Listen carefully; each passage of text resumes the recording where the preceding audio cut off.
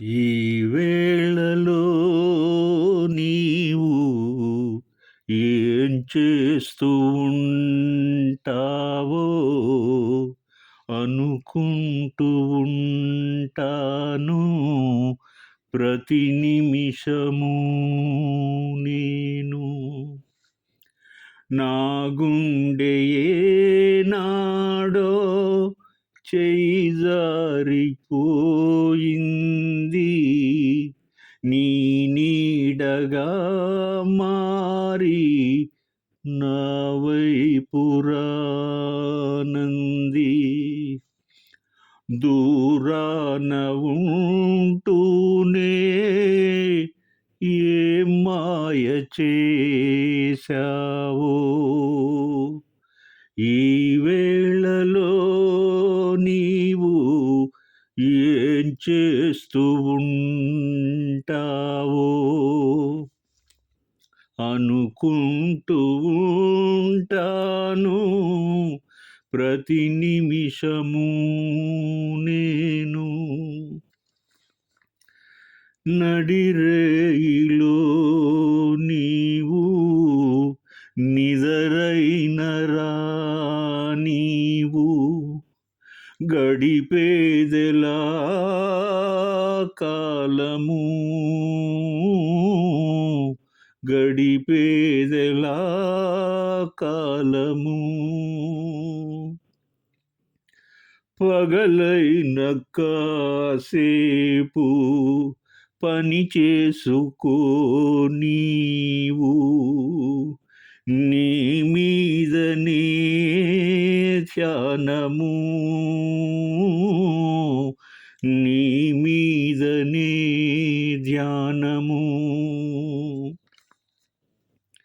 ఏ వైపు చూస్తున్నా నీ రూపే తోచింది, నువ్వు కాక వేరేది కనిపించనంటోంది. ఈ ఇంద్రజాలాన్ని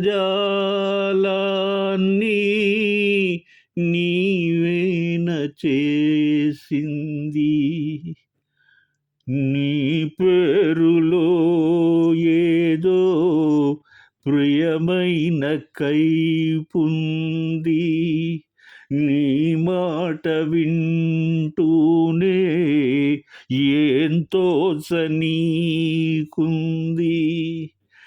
నీ మీద ఆశేదో నన్ను నిలవనీకుంది. మతిపోయి నేనుంటే నువ్వు నవ్వుకుంటావు, ఈ వేళలో నీవు ఏం చేస్తూ ఉంటావో అనుకుంటూ ఉంటాను ప్రతి నిమిషము నేను. ఈ వేళలో నీవు ఏం చేస్తూ ఉంటావో అనుకుంటూ ఉంటాను ప్రతి నిమిషము నేను.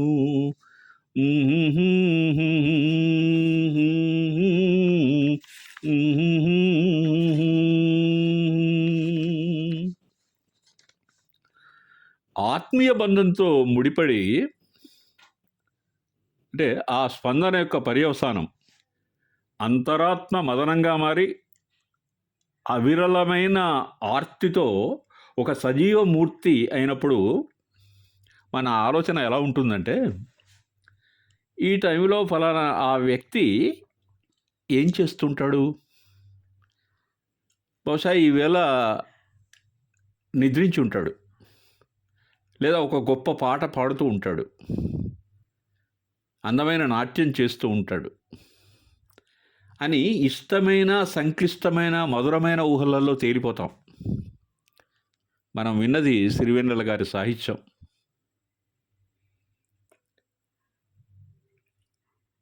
ఆయన సాహిత్యం అది ఒక అప్రయత్నంగా కలిగే ఒక అసంకల్పిత చర్య. నాకనిపిస్తుంది సర్వసంగ పరిత్యాగిని కూడా జనవనంలో బంధాలు, అనుబంధాల మధ్య ప్రవేశపెట్టిన వేళ రాగాలు, సరాగాలు తద్వారా అమృతగానం ప్రభవిస్తాయి. మనిషి శరీర నిర్మాణం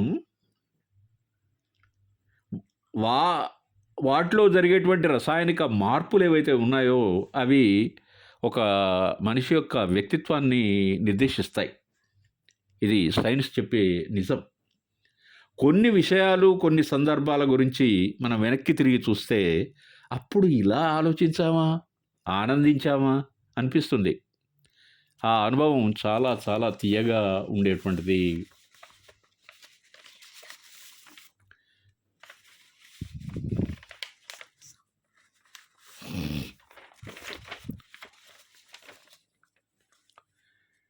ఈ వేళలో నాలో ఎన్నెన్ని రాగాలు, ఈ వేళలో నాలో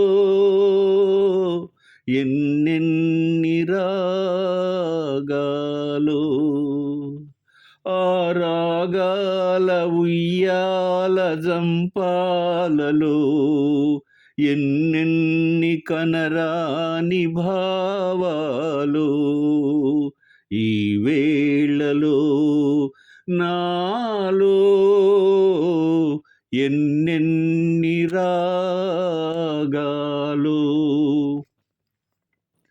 చిరుగాలి ఈల వేసే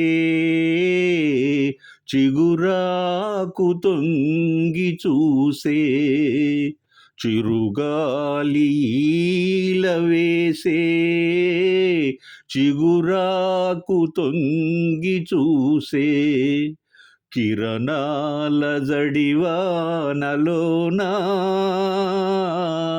కిరణాల జడివానలోనా వరిచేలు స్నానాలు చేసే, ఈ వేళలో నాలో ఎన్నెన్ని రాగాలు, ఈ వేళలో నాలో ఎన్నెన్ని రాగాలు, పరువాల కొమ్మ పైన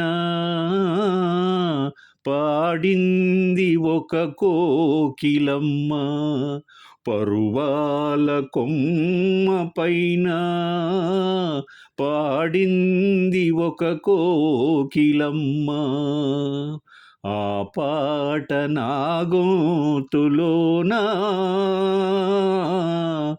ఆ పాట నా గొంతులోనా పలికించె నవరాగమాల, ఈ వేళలో నాలో ఎన్నెన్ని రాగాలు, ఈ వేళలో నాలో ఎన్నెన్ని రాగాలు, మేఘాల పరదాలలోనా మెరుపల్లె ఒక రాజు తోచే,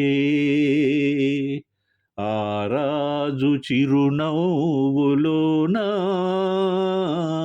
నా మీను నాట్యాలు చేసే, ఈ వేళలో నాలో ఎన్నెన్ని రాగాలు, ఈ వేళలో నాలో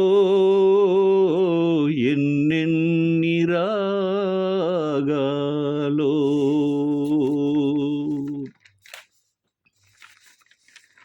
హిస్టరీ రిపీట్స్ అంటే చరిత్ర పునరావృతమవుతుంది. రాజును పోలిన రాజులు, శాస్త్రవేత్తను పోలిన శాస్త్రవేత్తలు, వైద్యుని పోలిన వైద్యులు ఉండవచ్చు, కొద్ది తేడాతో కోర్స్. కానీ ఒరిజినాలిటీ మరియు యునీక్నెస్ సంబంధించినంత వరకు అది ఒక వ్యక్తికి ప్రత్యేకమైన కళారూపం అవుతుంది. అది పునరావృతం కావడం సాధ్యం కాకపోవచ్చు. నా మనసులో మాట ఏంటంటే, మనుషుల మనసులను రంజింపజేస్తూ ఆరోగ్యప్రదాతలైన గానం, సంగీతం, సాహిత్యం, సృజన, అభినయం, ఆలోచనా విధానం, భావం, భావోద్వేగం ఇవన్నీ ఫోటో కాపీగా మనకు దొరకడం అసాధ్యం. ఆఫ్‌కోర్స్ ఇమిటేషన్ అనేది, అనుకరించడం అనేది ఈ పరిధిలోకి రాదు. దాన్ని పక్కకు పెట్టేద్దాం మనం. ఒక ఘంటసాలను తిరిగి పొందలేం మనం. Ghantasala is Ghantasala, nothing else. AR Rahman అద్భుత సంగీతం, సాలూరి స్వర్ణ స్వరాలు కూర్చే వ్యక్తులను మనం మళ్ళీ చూడలేం. ఇది నా పాయింట్. దేవుల పెళ్ళి ఒక సిరివెన్నెల, ఒక సినారే, ఒక దాశరథి మళ్ళీ వస్తారు అని ఊహించుకోవడం కష్టసాధ్యం. లలిత కళలు అపురూపమైనవి. అవి విరబూసిన స్వర్గలోక సుమాలు. జన్మ సంబంధమైనవి, ఒక్కొక్కసారి అనిపిస్తుంది దైవదత్తమైనవి. ప్రపంచంలో ఏ ఇద్దరి వ్యక్తులు శారీరకంగా, మానసికంగా ఎగ్జాక్ట్గా ఒకే విధంగా ఉండడం అసలే సాధ్యం కాదు. జన్యురీత్యా ఎవరికి వారే సాటి. అందరి ప్రతిభ ఒకే విధంగా ఉండడం కష్టసాధ్యం. ఎందరో మహానుభావులలో కొందరు ప్రతిభ అనితర సహజంగా ఉంటుంది. అలాంటి వాళ్ళ పేర్లే మనం ఇప్పుడు చెప్పుకున్నది.